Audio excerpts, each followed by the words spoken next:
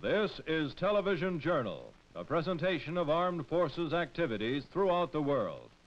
Here is Staff Sergeant Bob Neely. On this edition of Television Journal, we feature in-service training for civilian jobs under Project Transition, a new high-speed utility boat for the Navy, the world's largest X-ray machine in use by the Air Force, and combat tactics in the Republic of Vietnam. Defense Secretary Melvin Laird announced in late February details of a modified Phase 2 SAFEGUARD Ballistic Missile Defense System. He stressed the President is asking for $100 million to add one additional SAFEGUARD ABM site at Whiteman Air Force Base in Missouri. Two other SAFEGUARD sites have been authorized around Malmstrom Air Force Base, Montana, and Grand Forks Air Force Base, North Dakota. And these, in the Phase 2 buildup, would receive additional Sprint short-range missiles. The SAFEGUARD system is, of course, a Phase 2 missile system, or rather a two-missile system, incorporating long-range Spartans to knock down the ICBM before it reaches the top of its trajectory, and short-range Sprints to provide terminal defense of incoming warheads. Secretary Laird said the modification of our ABM system is the minimum we can and must do, both in cost and systems development, to fulfill President Nixon's national security objectives. He said it is the only viable course available in fiscal 1971 because of President Nixon's determination to postpone additional actions of the U.S. offensive systems. The President wants to advance prospects for success at the strategic arms limitations talks with the Soviets. Mr. Laird said the improved ABM system would do three things. First, it would respond to the Soviet threat to our Minuteman deterrent force. Second, it would respond to the Chinese threat to our population. And finally, to guard against the threat of an accidental launch. The Defense Secretary also said he was recommending long lead time construction work for 5 other ABM sites. These would include the Northeast, the Northwest, the nation's capital, Warren Air Force Base, Wyoming, and the Michigan-Ohio area. During World War II, members of an Army unit known as Merrill's Marauders became famous for their intelligent work behind enemy lines in Burma. Today in Vietnam, a direct descendant of that Ranger unit is fulfilling the same kind of mission for Allied forces. Soldiers from the 75th Infantry infiltrate Viet Cong in North Vietnamese positions and troop concentrations to gather information on troop movements and concentrations. Just north of Camp Gorvad, where you'll be going. Elements known to be in the area of the Dong Nai Regiment. They're suspected to be moving through your area on waterways and trails. We have no knowledge of any hard installations in your AO. However, a few bunker complexes have been spotted along the trails. Okay, let's pack up. These men from H Company of the 75th Infantry have just been briefed on a simulated patrol mission. They will be carried by helicopter to a landing zone near a known enemy position. Their job is long-range reconnaissance, and they're to avoid engaging the enemy in combat at all costs. Often, several other helicopters will accompany the mission chopper, flying empty and making fake landings to confuse enemy troops in the operations area. Once on the ground, the patrol makes a final communications check, then moves into the dense jungle to establish recon positions. The soldiers can remain in the field for several days. They will gather and report information on enemy activity in their area of responsibility, while at the same time pinpointing his bunker complexes and other facilities.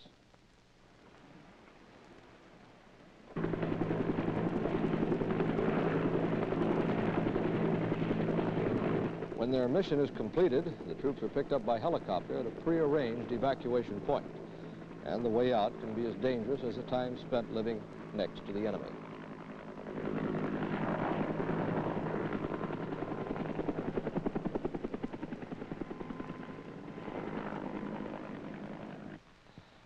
On the Vam Co Dong River, northwest of Saigon, U.S. Army artillerymen have borrowed a page from the Navy manuals and taken to the water. Soldiers of the 25th Infantry Division's 1st Brigade have mounted their 105mm howitzers on large barges to provide quick fire support in difficult-to-reach areas. Greg Hoadley has the story of these floating artillery bases. The barge battleships, as they are called, are part of a force whose mission is to block Viet Cong and North Vietnamese infiltration attempts in this river region of Tây Ninh province. The enemy consistently tries to move troops and supplies into the Saigon area on the Vam Co Dong and other waterways running from the northwest.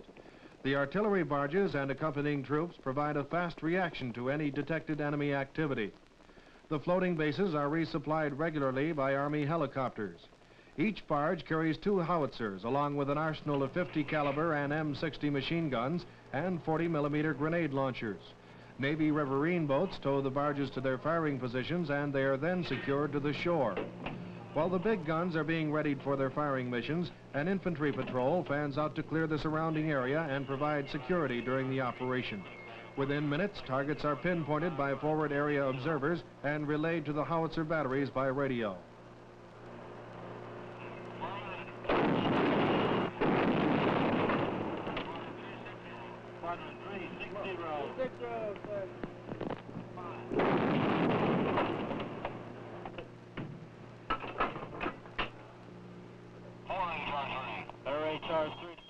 This is AFRTS correspondent Greg Hoadley. The 225th Aviation Company, based at Phu Hep Army Airfield in Vietnam's Phu Yen province, employs the OV-1 Mohawk for observation and reconnaissance missions. Army pilots flying the Mohawk say they have consistent success in locating enemy bunker complexes, staging areas, and troop concentrations with the aircraft's sophisticated detection equipment. AFVN correspondent Bob Young, stationed at Channel 11, Tuy Hoa Air Base, Vietnam, has the story.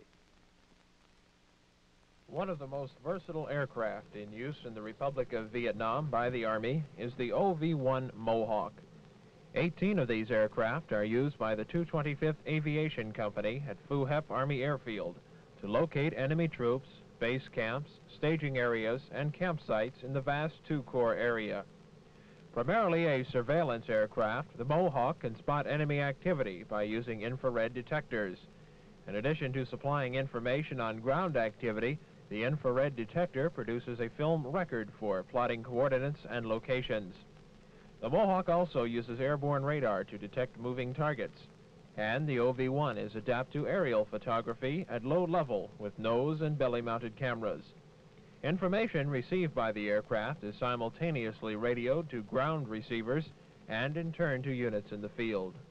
Chief Warrant Officer Bill Nolan of Santa Maria, California, the Chief of Imagery Interpretation for the 225th, talks about the mission of the organization.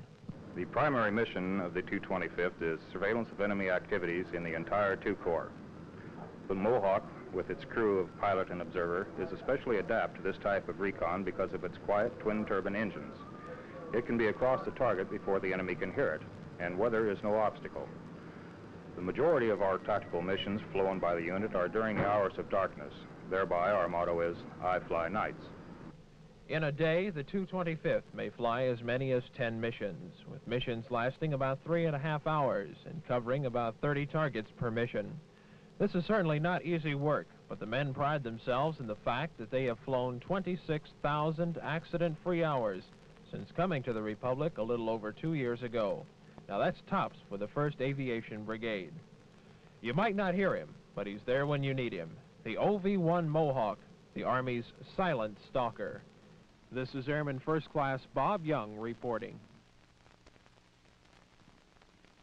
A new high-speed utility boat was recently demonstrated by the Navy in waters off Long Beach, California. The boat, currently operational with the fleet, went into production in mid-1969. It can effectively be used for coastal patrol, search and rescue, cargo or personnel transport, and medical evacuation missions. With details of the new craft's capabilities, here's Gene Smith. The U.S. Navy recently put into operational status a new utility boat which combines the advantages of speed, maneuverability, and simplicity.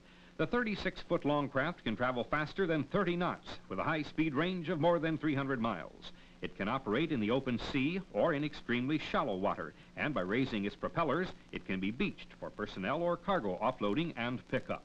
The new boat is powered by two 427 cubic-inch Chevrolet engines and features a twin screw control which allows it to turn 360 degrees in its own length. The coxswain station was designed to provide comfort, convenience, and efficiency. All controls are within easy reach, and all instruments, including the radio, radar scope, and fathometer, are in plain view. Operating characteristics demonstrate that as a utility craft, the boat can be employed for inshore and offshore search and rescue, coastal patrol operations, and as a logistics carrier. In this latter configuration, the vessel can carry troops, medevac patients, or more than 12,000 pounds of cargo. The new Navy boat, which requires very little maintenance, was put into full production last year. This is AFRTS correspondent Gene Smith. Our feature this week deals with Project Transition, a program designed to enhance the individual's marketability for employment in a competitive job market. Once he's released from active duty, the Project Transition operates at a centralized basis, more than 200 Army, Navy, Air Force, and Marine Corps installations. Project Transition is primarily for those individuals in most need of vocational skill training or education in order to make a proper readjustment to civilian life. Course offerings depend upon the resources which become available through the cooperative efforts of federal, state, and local governments, schools and colleges, and the private sector, business and industry, labor and management, and private educational institutions. Representative of the training courses which are being conducted include truck and trailer driving, auto mechanics, service station management, office machine repair, warehousing, drafting, welding, various types of office machine operations, small appliance repair, and computer operations. The program emphasizes counseling, skill training, education, and placement. All men and women with 1 to 6 months service time complete a questionnaire containing information about preferences. A counseling session is established to discuss the serviceman's qualifications and outlook, including the preferences stated on the questionnaire, and to display to the member an array of alternatives open to him. Skill training through the military consists of existing formal school courses, on-the-job training programs in military specialties which are civilian-related, and programmed learning courses which can be individually pursued. Local, state, and federal courses are established on or off base through the facilities of local governments, Department of Labor, Health, Education, and Welfare, and Office of Education, appropriate state agencies, and agencies of the federal government which have large employment demands. There are courses provided by private industry to meet specific employment requirements. Companies are given the opportunity to train servicemen prior to their release on or near a military base in skills for which they have a specific requirement. In addition to skill training needs, some men require further education. The project identifies those in need of educational upgrading and assists in placing those who desire it in programs which will upgrade their educational status to the completion of an 8th grade or high school equivalency as needed, or provide them specific academic subjects needed in a particular occupation, such as mathematics. This is Hoytworth reporting. Through the facilities of the Departments of Labor, state, and other local agencies, the local and regional national job opportunities are made known to the counselors at each military installation where transition training is conducted. In addition, the local, regional, or national industrial community augments the employment requirements information provided through the Department of Labor sources. The intent of the placement program is to make the job opportunities in the area in which the serviceman intends to reside known to him prior to his release from active duty. The Defense Department is now in the process of taking a large-scale cut in money and people. In February, Deputy Defense Secretary David Packard sent a letter to the service secretaries saying that no matter what they cut, don't cut human programs, including transition. Don't let them go out of the services unsatisfied and not looked after. Cut other things, but don't cut transition, and don't cut the sort of things that help people. In 1968, the Department of Defense established Project Transition, a program to provide civilian skills for men and women leaving the service. Since then, more than 500,000 men and women have taken advantage of the program. The director of Project Transition is Frank McKernan, who, like many in the Department of Defense, will face in fiscal year 1971 a smaller defense budget. Mr. McKernan, the Defense Department has proposed a budget that is about $10 million less than last fiscal year. Now, how is this going to affect Project Transition? Well, currently we expect about $4 million less than we had last year. And while most of the monies for transition go for counseling, we would expect we're going to have to tighten our belts a bit on the number of counselors who will be available to the troops to get across the message and also to assist them in working themselves toward training prior to discharge. Unemployment in the United States is on the rise. What are the prospects of a former enlisted man or woman getting a job when they leave the service and after project transition training? This is one of the reasons why the transition program was designed in the first place, to ensure that many of the men, particularly those who were in combat, would have a skill prior to the time they left the service. And what we're looking at now is the fact that we want to make sure that those men who have received military training, that training is maximized out in the civilian economy. In other words, to make sure that both industry and labor make use of those skills to the best they can. And secondly, to provide the kind of training that transition does for those who do not have a skill. Because we're extremely concerned about the fact that we want to make sure that all men who have served have an opportunity to make a good transition. Mr. McKernan, many of the larger DoD defense contractors are involved in project transition. How is this reduced budget going to affect them? Well, I would say that the businesses who are involved in transition, that most of the skills for which they're providing training are those that would be of use in the civilian economy. In other words, the big motor car companies, for example, are training automobile mechanics. So this is a direct relationship for their use in a civilian kind of trade anyhow. So I don't see where any of the transition training that they are now performing really would be too much affected by the normal defense cuts affecting the defense industry. Well, are there any new programs now with all of these other things? Anything new for project transition? I would like to emphasize one, and that is the new program dealing with those men who have received training during military service in the medical field. There are about 30,000 who come out each year, and we want to make sure that those skills that they have retained and have been trained in during military service are utilized to the fullest in the critical health occupations in the civilian economy. So we're working with HEW and the state agencies for the purpose of getting men who have these skills lined up with jobs in civilian health agencies throughout the country. And this, I think, is one of our most important new efforts in transition for this year.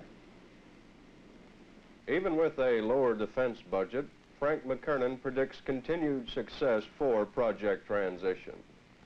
This is Chief Journalist Tommy Thompson at the Pentagon. The project transition program, termed MEDIC, has been designated to attract enlisted individuals trained in the medical and health occupations into civilian health pursuits once they've decided to leave the service. The Department of Health, Education and Welfare, in cooperation with defense officials, has established a pilot program in the state of Texas, which will supply the pattern for operations of the programs in all states by mid-1971. MEDIC will focus on medically skilled servicemen or women within 3 months of separation. Personnel and transition officials will encourage him to examine the possibilities of seeking employment and educational opportunities in the health professions in the area where he plans to reside. The Transition Office will provide initial counseling and assistance for those who are interested in completing a MEDIC qualification referral card. The completed form will be mailed to a health, education, and welfare designated MEDIC coordinator. There, the individual's interests and qualifications will be matched with the job or educational opportunities available in that particular specialty. Copies of the qualification referral card will be supplied to interested employers and/or educators who may then contact the servicemen directly on details of particular job openings and further training opportunities. The potential employee student will make final negotiations based on his personal choice. Assistant Defense Secretary Roger Kelly, late January, announced that servicemen may now apply for a 3-month early out to attend recognized vocational and technical training schools. The proviso has been added to policies providing for early outs to attend accredited colleges and universities. To be eligible for early release to attend vocational and technical schools, the serviceman must show that he has been accepted for enrollment in a full-time resident course of no less than 3 months' duration. He must not be essential to the mission of his assigned command, and he must have completed at least 21 months of active duty on his current service obligation. Mr. Kelly said that this early release policy particularly helps those eligible enlisted members who would be unduly penalized if they had to complete their term of enlistment or induction. The question of whether electronic systems are affected by extremes in radiation is being studied by an Air Force Systems Command contingent at Kirtland Air Force Base, New Mexico. Under scientifically controlled conditions, the technicians are blasting a computer with radiation simulating that of a nuclear explosion. With a report on that project and its objectives, here's Tom DeCastro. This is the largest X-ray machine in the world. It is capable of releasing as much radiation as a nuclear explosion. But in this Air Force laboratory, it serves another, more peaceful purpose. Technicians here are preparing to bombard a computer with a large amount of radiation and then determine its reactions during and after the detonation period. The results will be studied later to determine how well this type of electronic system withstands extremes in gamma radiation, how well it performs after being exposed over varying periods of time. There are 2 giant X-ray machines at the Kirtland Research Facility. The larger, being used for this test, is aimed at a small concrete room called the test cell. Anything in the cell absorbs the maximum dosage from the radiation blast. Since the same electronic systems that guide aircraft and missiles are affected by extreme gamma radiation, it is the goal of the men at this facility to come up with guidelines on how to make such systems less vulnerable to nuclear attack. This is AFRTS correspondent Tom DeCastro. The United States airlift of relief supplies to Nigeria was initiated on January 27th when a military airlift command C-141 took off from Charleston Air Force Base, South Carolina. It was bound for the Nigerian capital of Lagos. During the week-long airlift, the jet transports carried tons of supplies to the Western African country at the rate of 2 sorties per day. Charleston was the staging location for the provisions, which arrived each day from sources in Texas, Wisconsin, Ohio, New York, and Pennsylvania. Coordination in Nigeria was handled jointly by the United States Aid Mission there and the Nigerian Red Cross. Military Airlift Command crews involved in the Mercy flights were from Dover Air Force Base, Delaware, McGuire Air Force Base, New Jersey, Robbins Air Force Base, Georgia, and Charleston Air Force Base. The first airlift flight on January 27th carried more than 41,000 pounds of cargo, including blankets, lanterns, and other equipment. Later flights transported necessary items as food, clothing, electrical generators, and building materials. Most of the cargo was pre-packed in trucks, which made both the loading and offloading operations easier. The trucks were also used in Nigeria to aid in the distribution of the supplies. 6 sorties were flown by the Military Airlift Command starlifters during the first 3 days of the relief operation. These 6 flights carried more than 130 tons of supplies and equipment to the Nigerian capital. Seabees and Marines assigned to the Gulfport Seabee Center in Mississippi have been awarded the Navy Unit Commendation for their rescue and recovery work following Hurricane Camille last August.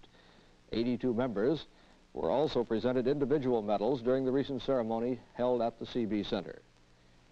The center was honored for its around-the-clock contribution to the relief effort during and after the Camille disaster. The Seabees and Marines cleared debris, set up emergency power stations, evacuated some 1,400 refugees, and maintained continuous communications watches. For this work, the men received individual awards ranging from the Legion of Merit to the Navy Achievement Medal. A number of civilians were also honored. The area's people expressed their gratitude to the Gulfport Center in the form of many awards, which were presented by Mississippi Governor John Bell Williams to Captain James Hill, Jr., the facility's commanding officer. Bell Williams. Governor, on behalf of the SEABEES, I want to accept these with a great deal of pride, humility, and we appreciate it very much, sir. Thank you, Captain.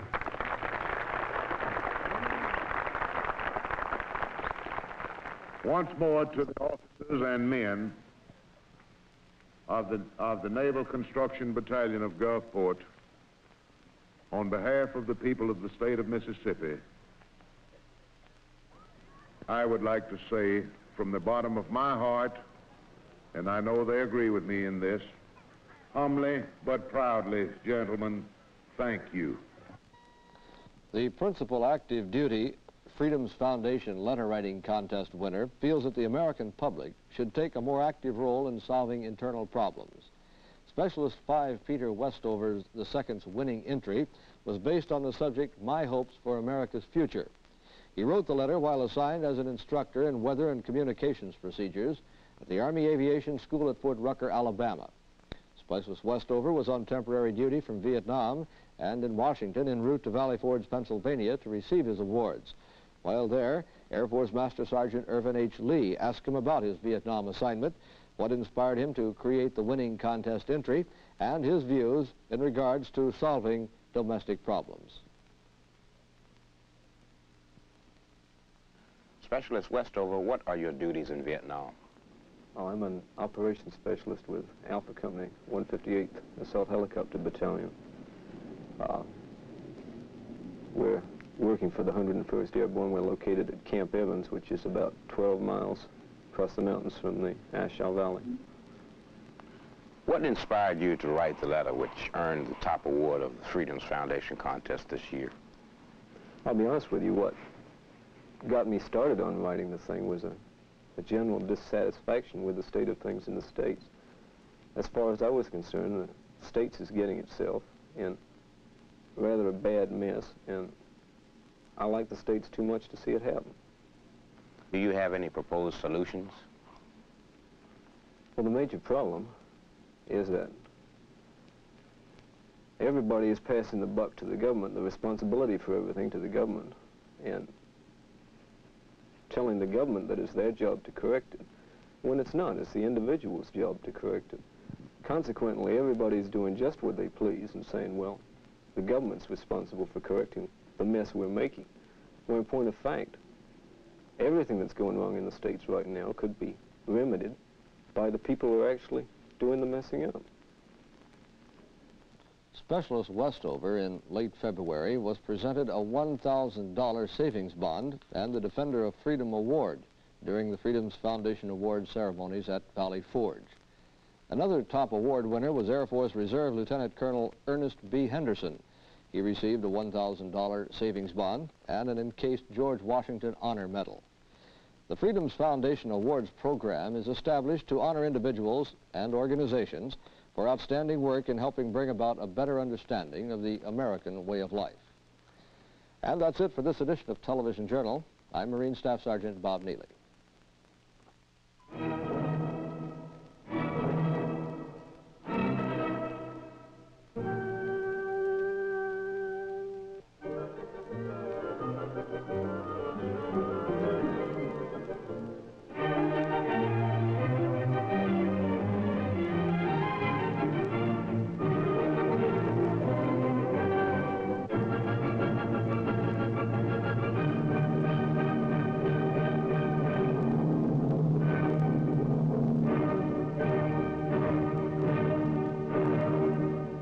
This has been Television Journal, a presentation of the Armed Forces Information Service, Department of Defense.